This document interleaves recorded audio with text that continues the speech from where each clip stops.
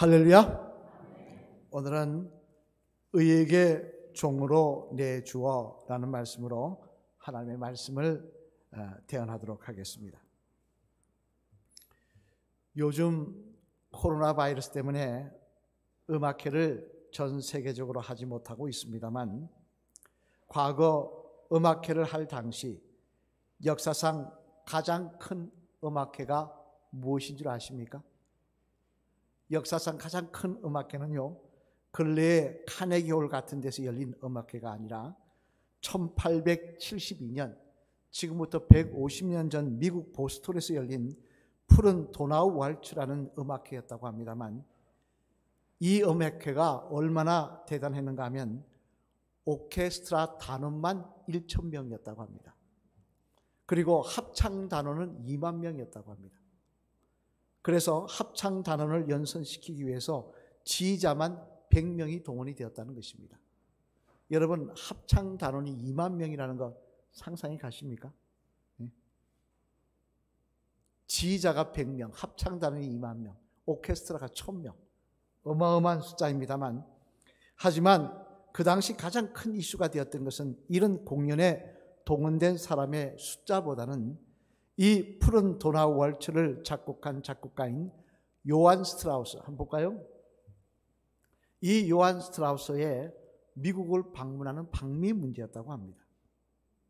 그 당시 기록에 의하면 유럽에서는 요한 스트라우스를 쌍놈의 나라에 보낼 수 없다. 그 당시 미국을 유럽에서는 쌍놈의 나라에 그랬대요. 그래서 쌍놈의 나라에 보낼 수 없다 하여 미국 방문을 불허했는데, 공연 주최 측에서 비엔나 은행에 1870년대에 자그마치 10만 달러, 지금으로 치면 1억이 좀 넘는 돈이고, 그때는 150년 전이니까 어마어마한 돈이죠. 그 돈을 예치하고서야 스트라우스의 미국 방문을 허락해 주었다고 그러고, 또 미국에서는 미국을 방문한 그 당시 슈퍼스타인 요한 스트라우스의 기념품을 갖고 싶어 했는데, 그 기념품이 뭐냐면 머리카락을 그렇게 요청하는 사람이 많았다는 거예요. 그래서 스트라우스 매니저에게 스트라우스의 머리카락 하나만 좀 구해달라, 내가 돈을 많이 주겠다, 그랬다는 거예요. 근데 여러분, 스트라우스의 머리카락을 뽑을 수가 있겠습니까? 예? 그죠? 예. 아무리 머리카락이 많아도 뽑을지 못하지 않겠습니까? 그래서 매니저는 고민하다가 어떻게 했느냐, 스트라우스 머리카락 색깔하고 비슷한 개털을 구해다가 봉지에 사서 사람들에게 스트라우스의 머리털이라고 하면서 나누어 줬다는 것입니다. 그러면 이것을 받은 사람들은 그 개털을 스트라우스의 머리털로 알고는 집안에 고이고이 모셔두었다가 귀한 손님이 오면 그것을 꺼내어 자랑하곤 했다는 것입니다. 여러분, 참 재미있는 이야기죠, 그죠? 개털을 스트라우스의 머리털로 알고는 집에다가 고이고이 모셔놓고 사람들에게 자랑을 했다고 하니 말입니다. 이는 그만큼 그 당시 미국 사람들은 요한 스트라우스를 대단한 그런 슈퍼스타로 알고 그의 머리털 하나만이라도 갖기를 소망했다, 영광으로 여겼다, 그런 것을 대변해 주는 이야기입니다만, 저는 이 이야기를 읽으면서 그런 생각을 해보았습니다. 요한 스트라우스의 머리털을 집안에 모셔두는 것을 이 정도의 영광으로 여긴다면, 그렇다면 하나님의 아들이신 예수님을 우리들의 삶 속에 모시고 산다는 것은 얼마나 영광스러운 일로 여기며 살아야 할까라고 말입니다. 여러분, 그렇지 않습니까? 어떻게 한낱 인간인 스트라우스의 그 머리털과 이 스트라우스와 하나님의 아들이신 예수님을 비교할 수가 있겠습니까? 그 예수님을 우리가 우리의 주인으로 내 마음속에, 내 영혼 속에 모시고 산다는 것, 이는 정말 우리가 감사하며 기뻐하며 살아야 될 제목이라고 생각을 합니다만, 그런데 이제 이처럼 예수님을 삶 속에 모시고 살 우리들이 단순히 기뻐하는 것을 떠나 이제는 더 나아가 삶 속에서 힘을 써야 할 것이 있다고 말씀을 하고 계시는데요, 오늘 보면 19절 말씀을 한번 같이 읽어보시겠습니다. 앞을 보시며 시작. 너희 육신이 연약함으로 내가 사람의 예대로 말하노니 전에 너희가 너희 지체를 부정과 불법에 내주어 불법에 이른 것 같이 이제는 너희 지체를 의에게 종으로 내주어 거룩함에 이르라. 아멘. 무슨 말씀입니까? 이는 이제 예수님을 모시고 사는 성도가 되었다고 한다면 단순히 예수님 때문에 기뻐하는 것을 떠나서 이제는 우리가 수고하고 애써야 될 일이 있는데 그게 뭐냐? 우리의 지체를, 우리의 몸을 의에게 종으로 내주는 모습이 있어야 된다라는 것입니다. 다시 말해 이제는 우리들이 죄의 종이 아닌 의의 종의 모습으로 살아야 된다라는 것입니다. 그리야 할 때 하나님께서는 정말 우리들이 예수님의 사람이라고, 하나님의 사람이라고 인정을 하시며 우리들과 동행하여 주시겠다는 것입니다만, 그러면 여러분, 우리들이 의의 종이 되기 위해서는 구체적으로 우리들에게 어떤 모습이 있어야 하는 것일까요? 어떤 모습을 우리가 신경 써서 기억하며 살아야 의의 종이 될 수가 있는 것일까요? 바라기는 오늘 이 말씀을 통하여 예수님을 주인으로 모시고 사는 사람들답게 정말 하나님이 기대하시며 기뻐하시는 의의 종들로서의 저와 여러분들이 되시기를, 그렇게 하나님 앞에 드려지는 복된 삶이 되시기를 주님의 이름으로 간절히 축원을 드립니다. 그러면 우리들이 의의 종이 되기 위해서는 구체적으로 우리들에게 어떤 모습이 있어야 되는 것일까?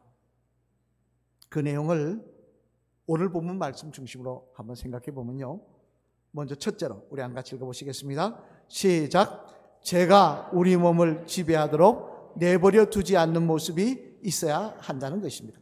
뭐가 있어야 된다고요? 제가 우리 몸을 지배하도록 내버려 두지 않는 모습이 있어야 된다는 것입니다. 오늘 보면 12절 말씀 앞을 보시면 한번 같이 읽겠습니다. 시작. 그러므로 너희는 제가 너희 죽을 몸을 지배하지 못하게 하여 몸의 사욕에 순종하지 말고. 아멘. 무슨 말씀입니까? 이는 예수님의 사람이면서 여전히 제가 우리들을 지배하도록 내버려 두는 모습은 우리 속에 절대 있어서는 안 된다는 것입니다. 여러분, 2000년 전에 예수님께서는 우리들을 구원하기 위하셔서 십자가에 달려 돌아가셨습니다만, 그렇다고 이 세상의 모든 죄가 십자가와 함께 다 사라진 것은 아닙니다.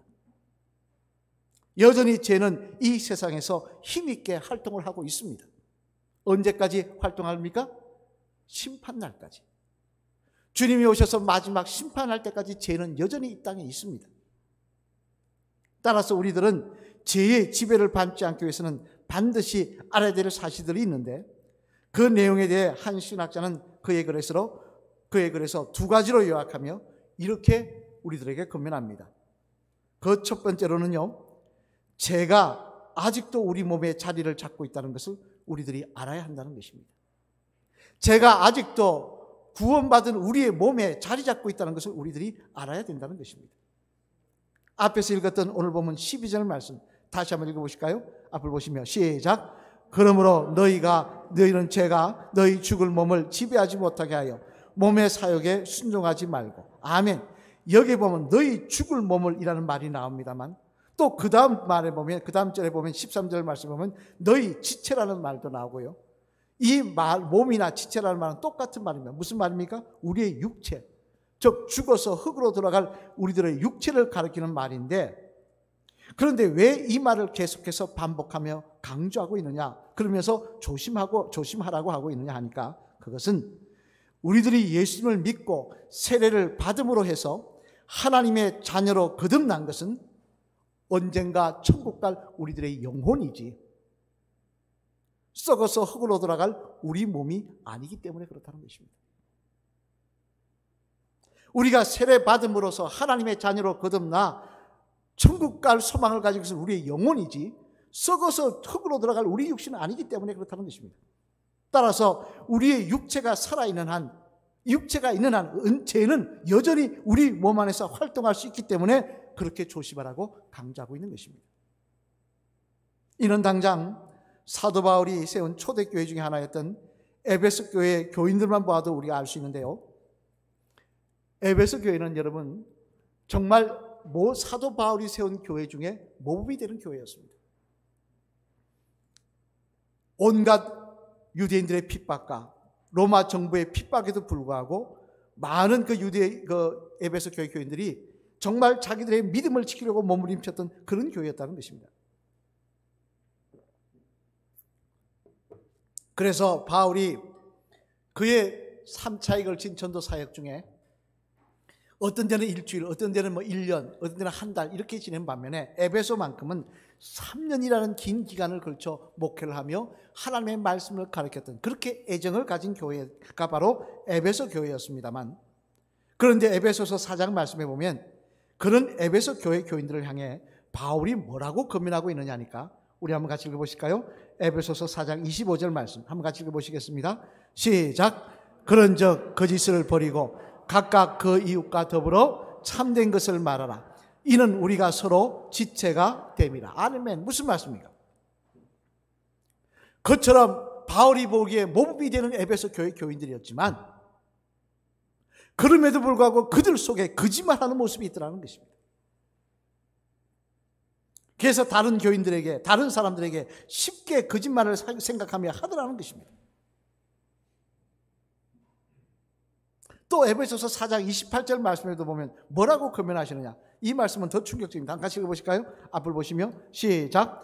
도둑질하는 자는 다시 도둑질하지 말고 돌이켜 가난한 자에게 구제할 수 있도록 자기의 손으로 수고하여 선한 일을 하라. 아멘. 무슨 말씀입니까? 심지어 성도 중에 도둑질하는 사람도 있더라는 것입니다. 이 말씀은 세상 사람들에게 한 말이 아니에요. 에베소 교회 교인들에게 한 말입니다. 에베소 교회 교인들 중에 도둑질하는 사람들까지 있더라는 것입니다. 이게 얼마나 기가 막힌 이야기입니까? 그런데 문제는 이런 모습이 비단 에베소 교회 교인들만의 이야기는 아니더라는 거예요. 솔직히 말해 저와 여러분들도 도둑질까지는 하지 않는다고 하더라도 거짓말은 쉽게 생각하며 하고 있지 않습니까? 몇 년 전에 서울대학교에서 우리나라 사람 2만 7천 명을 대상으로 설문조사한 적이 있었습니다. 그 내용 중에 하나가 참 저에게 충격적이었는데 뭐라고 이야기하느냐, 우리 사회에서 정직하면 잘 살 수 있다고 생각하십니까? 라는 질문을 가지고 한번 물어봤는데, 여러분 우리 사회에서 정직하면 잘 살 수 있습니까? 대답 결과가 뭐가 나오느냐, 73%가 아니라고 대답했다는 거예요. 정직하면 못 산다는 거예요. 다시 말해 거짓말해야 잘 살 수 있다는 거예요. 그러면 그 73% 중에 4분의 1이 기도 확률로 보면 기독교인일 텐데, 기독교인들의 많은 사람이 하나님의 말씀은 정직하라 그러지만 실제 사상 속에서는 정직하지 못하다는 거예요. 아예 생각부터 정직하면 못 산다고 생각을 하며 산다는 거예요. 이게 우리의 모습이더라는 것입니다. 이처럼 우리의 영혼은 예수님을 믿음으로 해서 거듭났다고 해도 우리의 육신은 여전히 부패한 성향을 가지고 있기 때문에 저와 여러분들도 쉽게 죄의 유혹에 넘어가며 죄의 유혹이 맞는 것처럼 생각하며 살아갈 수 있다는 사실을 분명히 알아야 한다는 것입니다. 두 번째로 우리들이 알아야 될 사실은 또 이 신학자는 이야기합니다. 우리가 범죄하는 삶을 살면 우리들의 지체는 불의의 무기가 된다고 했습니다. 성도이면서도 불의의 무기가 된다는 것입니다. 우리 13절 말씀 앞을 보시면 같이 읽어보실까요? 시작. 또한 너희 지체를 불의의 무기로 죄에게 내주지 말고 오직 너희 자신을 죽은 자 가운데서 다시 살아난 자 같이 하나님께 드리며 너희 지체를 의의 무기로 하나님께 드리라. 아멘. 무슨 말씀이에요? 너희 지체를 불의의 무기로 죄에게 내주지 말고 라고 말씀합니다만, 이는 다시 말해 그처럼 우리의 육신의 연약함을 핑계로, 내 육신이 아직 있는 관계로, 죄와 쉽게 타협할 수 있는 관계로 쉽게 타협하며 눈 감아버리면 우리의 육신은 죄가 마음대로 사용하는 무기가 된다는 것입니다. 그래서 예수님의 사람으로서 하나님의 영광을 위해 쓰임받는 것이 아니라 오히려 마귀의 역사를 위해 쓰임받는 무기가 저와 여러분이 될 수가 있다는 것입니다. 이는 당장 여러분이 잘 아시는 예수님의 제자 중에 한 사람이었던 가룟 유다가 그렇지 않습니까? 여러분 가룟 유다만 해도요, 처음부터 예수님 팔 생각하고 예수님 따랐던 사람 아닙니다. 만약에 가룟 유다가 자기의 이익과 이권을 생각했다면 그는 예수님 따르지 않았을 거예요. 아니 3년 동안이나 묵을 숙소도 없이 집도 없이 밥도 제대로 못 먹으면서 들로 산으로 돌아다니시는데 심지어 노숙을 밥 먹듯이 하시는데 무슨 그게 이익이 있다고 그 길 따라다니겠습니까? 그래도 가룟 유다는 처음에는 주님의 사람으로 살고자 하는 진리의 말씀에 대한 목마름이 그에게 있었기에 그도 주님을 따라다니며 3년이나 모진 고생을 다 감수하였던 것입니다. 하지만 그런 그에게 전환점이 찾아오는데 그게 뭐냐? 바뀌었던 전환점이 찾아오는데 그게 뭐냐? 요한복음 13장 2절 말씀 우리 앞으로 보시면 한번 같이 읽어보실까요? 시작. 마귀가 벌써 시몬의 아들 가룟 유다의 마음에 예수를 팔려는 생각을 넣었더라. 아멘. 무슨 말씀입니까? 마귀가 찾아와서 가룟 유다의 마음속에 예수님을 배반할 생각을 갖도록 유혹했다는 것입니다. 그런데 가룟 유다가 육신의 생각에 넘어가서 그 유혹을 붙잡아 버렸다는 거예요. 그랬더니 하나님께 쓰임받는 무기가 아닌 3년 동안 예수님을 따라다님에 불구하고 그의 하나님의 쓰임받는 도구로 그를 통하여 하늘의 악한 영들이 땅으로 떨어지는 역사가 일어나는 것이 아니라 그가 오히려 예수님을 은 30냥에 팔아버리는 마귀에게 쓰임받는 도구가 되고 버리고 말더라는 것입니다.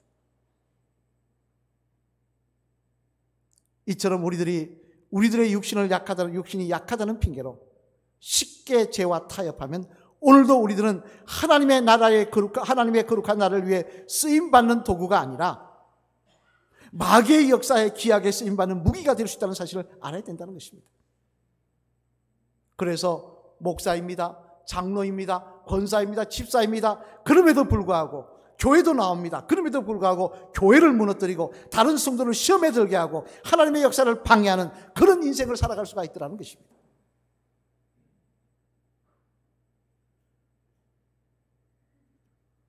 오늘 보면 16절 말씀에 보면요, 사도 바울은 이렇게 우리들에게 권면하십니다. 말씀하십니다. 우리 한번 16절 말씀 같이 읽어보실까요? 같이 읽겠습니다. 시작. 너희 자신을 종에게 내어줘 누구에게 순종하든지 그 순종함을 받는 자의 종이 되는 줄을 너희가 알지 못하느냐? 혹은 죄의 종으로 사망에 이르고 혹은 순종의 종으로 의에 이르느니라. 아멘. 무슨 말씀입니까? 앞에 말씀대로 육신의 약함을 핑계로 제가 우리 몸을 지배하도록 우리의 유혹에 넘어가 버리도록 타협하며 그럴 수밖에 없다고 패배가 맺어져서 인정해버리면 결국 우리는 죄의 종이 되어 하나님의 역사를 가로막을 뿐만 아니라 결국 사망에 이르는 신세가 되고 만다는 것입니다. 과거 내사 상태로 천국을 다녀오셨던 박영규 목사님 제가 간증을 보여드렸습니다만 그 목사님 간증에서 뭐라고 말씀하십니까? 지옥에 가봤더니 그곳에는 정말 성도 중에서 모범이 되어야 될 목사님과 장로님들도 많이 와 있더라는 것입니다. 지옥을 가서 하나님 보여주시는데 그 지옥 가운데 자기가 알만한 목사들도 있더라는 거예요. 자기가 알만한 유명한 교단에서 뭐 난리치고 자기 이름 내세고 난리치고 청취하는 장로들도 있더라는 거예요. 여러분, 저와 여러분의 결산이 이렇게 되었으면 되겠습니까? 따라서 오늘도 저와 여러분들은 예수님들의 사람이라고 하면서 우리들의 육신의 약함을 핑계로 죄와 타협하는 어리석은 인생은 되지 않아야 될 것입니다.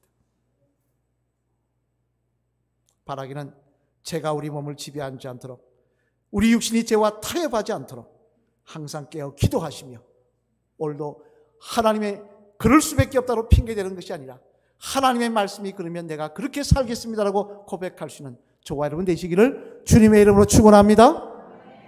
둘째로 또 하나 의의 종이 되기 위해서는 또 어떤 모습이 있어야 되느냐? 같이 한번 읽어보실까요? 시작. 적극적으로 우리 지체를 의의 무기로 하나님께 드리는 모습도 있어야 한다는 것입니다. 뭐가 있어야 된다고요? 적극적으로 우리 지체, 우리 몸을 의의 무기로 하나님께 드리는 모습도 있어야 된다는 것입니다. 오늘 보면 13절 말씀 앞을 보시면 같이 읽겠습니다. 시작. 또한 죄를 불의의 무기로 죄에게 내주지 말고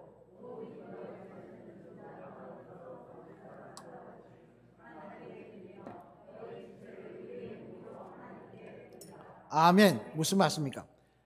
이는 우리가 의의 종이 되기 위해서는 물론 제가 우리 몸을 지배하지 못하도록 타협하지 말아야 되며 넘어가지 말아야 되는, 유혹에 넘어가지 말아야 되는 모습도 있지만 더 나아가 어떤 모습도 있어야 되느냐, 적극적으로 우리 지체를 의의 무기로 하나님께 드리는 모습도 있어야 된다는 것입니다. 지금은 소천하셨습니다만 기독교 철학자 중에 프란시스 셰퍼라는 유명한 박사님이 있습니다. 한번 볼까요? 이렇게 생긴 분입니다. 예, 철학자 같이 생겼죠? 예, 이 셰퍼라는 분인데 과거에 암으로 돌아가시는데요.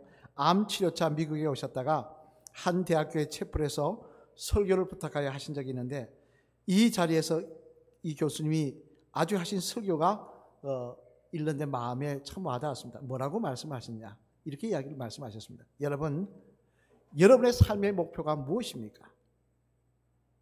여러분의 삶의 목표가 행복이라고 한다면 믿지 않는 세상 사람들과 다른 것이 무엇이 있습니까? 여러분의 삶의 목표가 행복이라면, 잘 먹고 잘 사는 거라면 세상 사람과 다른 게 뭐가 있냐는 거예요. 그리스도인인 저와 여러분들의 삶의 목표는 행복 그 이상해야 합니다.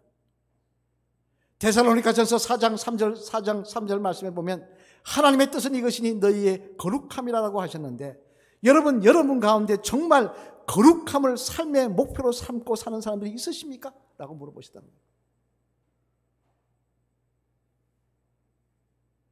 단순히 행복하는 것을 삶의 목표로 사는 사람이 아니라 정말 하나님이 요구하시는 거룩함을 삶의 목표로 삼고 살아가는 사람이 있으십니까? 라고 설교를 하시고 있더라는 것입니다. 여러분, 이 설교 말씀처럼 예수님을 통해 하나님의 자녀가 되었으며 단순히 이 땅에 죄짓지 않고 않으면서 그냥 행복하게 살려고 노력하는 삶에만 머뭇거쳐서는 안 되는 것입니다. 물론 죄와 타협하지 않고 행복하게 살기 위해 노력도 해야 되겠지만 그러나 성도라면 한 걸음 더 나아가 자신의 몸을 하나님이 기대하시는 거룩함을 위해 하나님이 기대하시는 기뻐하시는 일을 위해 자신을 드리는 경지까지 나아가야 한다는 것입니다. 이는 당장 에베소서 4장, 앞에서 읽었던 우리 에베소서 4장 28절 말씀, 이 말씀을 봐도 우리가 알 수 있는데요. 다시 한번 읽어볼까요? 에베소서 4장 28절 말씀 시작. 도둑질하는 자는 다시 도둑질하지 말고 돌이켜 가난한 자에게 구제할 수 있도록 자기 손으로 수고하여 선한 일을 하라. 아멘. 무슨 말씀입니까? 도둑질하는 자는 도둑질하지 말라라고 하는 걸로 끝난 게 아닙니다. 그 다음 뭐라고 이야기하겠습니까? 한 걸음 더 나아가 자기 손으로 수고하여 하나님이 기뻐하시는 선한 일, 즉 구제하고 헌신하고 반찬 봉사를 하고 전도하고 등 이런 일을 하는 모습도 있어야 된다라고 말씀하고 있다는 것입니다. 또 누가복음 11장 2절 말씀에도 보면요, 주님은 우리에게 이렇게 권면하십니다. 이 말씀 한번 같이 읽어보실까요? 시작. 예수께서 이르시되 너희는 기도할 때 이렇게 하라. 아버지여 이름이 거룩히 여김을 받으시오며 나라가 임하시오며. 아멘. 무슨 말씀입니까? 이는 제자들이 예수님께 묻습니다. 예수님, 한평생 기도했던 제자들이 묻습니다. 예수님 어떻게 기도해야 됩니까? 왜? 자기들은 맨날 내 자식 잘 되라고, 내 가족 잘 되라고, 지켜달라고 그 기도만 했는데 예수님 기도가 다르거든요. 그래서 예수님께 묻습니다. 어떻게 기도해야 됩니까? 그럴 때 예수님 뭐라 그러십니까? 너 자신만을 위해서 기도하는 것이 아니라 더 나아가 적극적으로 하나님의 뜻이 이 땅에 이루어지도록, 하나님의 역사가 이루어지도록 그를 위해서 기도하라는 것입니다. 그렇다면 여러분, 그놓고 기도한다면 여러분이 아쉬울 때만, 자식이 대학 갈 때만 기도할 수 있겠습니까? 매일매일 주님 앞에 나와 기도하지 않을 수 있겠습니까?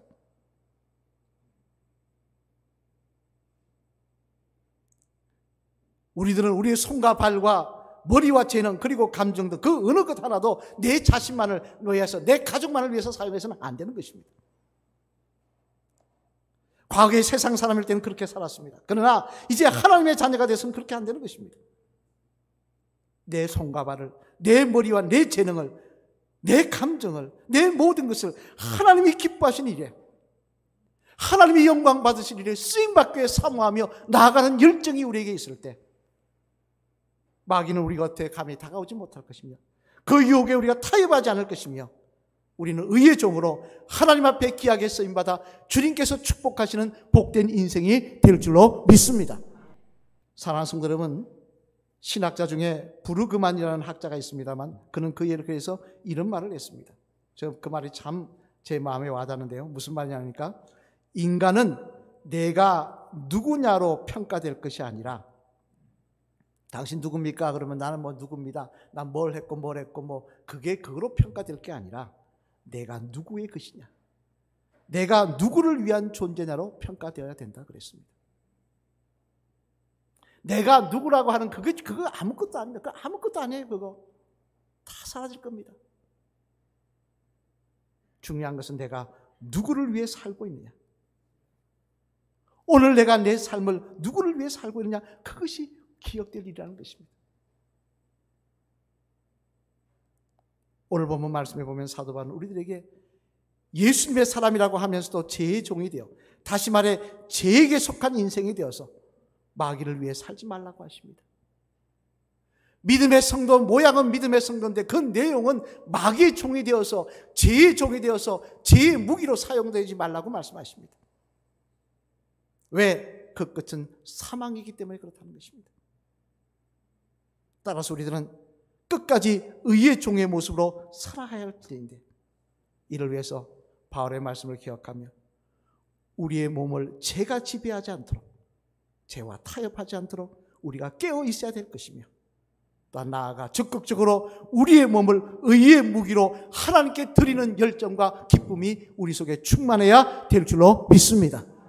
그래야 할 때 우리들은 끝까지 하나님께서 쓰시는 의의 종, 하나님이 귀하게 쓰시는 의의 무기들이 되어서 하나님 영광 위에서 악한 영들을 파하며 악한 권세를 파하며 이 땅에 그리스도의 복음을 전하는 복된 주의 백성들이 될 줄로 믿습니다.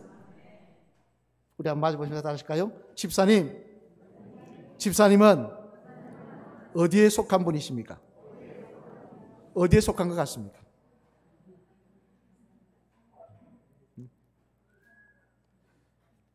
다시 따라하겠습니다. 죄의 종이 아닌 의의 종의 모습으로 열심히 하나님께 영광 돌리시는, 하나님 기뻐하시는 집사님 되시길 바랍니다. 할렐루야. 우리의 인생 하나님 기뻐하시는 의의 종을 사모하며 살아가는 저와 여러분들이 되어야 할 줄로 믿습니다. 고린도후서 5장 15절 말씀, 하나님께서 기대하시는 일에 대한 말씀이 나오는데 우리 같이 읽어보실까요? 시작. 그가 모든 사람을 대신하여 죽으심은 살아있는 자들로 하여금 다시는 그들 자신을 위하여 살지 않고 오직 그들을 대신하여 죽었다가 다시 살아나신 이를 위하여 살게 하려 함이라. 아멘. 왜 우리를 구원하셨다고요? 우리를 구원하시고 기대하신 일이 무엇이라고요? 우리 자신을 위해 살게 하는 모습 기대하시라고 구원하신 거 아니라는 것입니다. 내 이름 높이려고 살려고 기대하신 거 아니라는 것입니다. 하나님 영광 위해서, 예수 그리스도 말씀 위해서 살기를 사모하며 우리를 구원하셨다는 것이에요. 의의 종이 되어서 살기를 사모 원하셔서 우리를 구원하셨다는 거예요.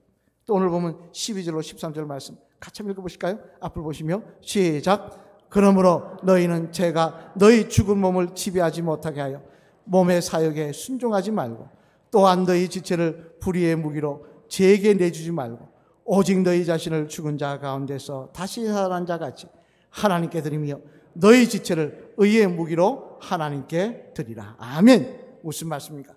지금까지 산 것처럼 죄의 종으로 살지 말고 의의 종으로 살기 위해 적극적으로 기회가 있을 때 자신을 하나님께 드리며 살라는 것입니다.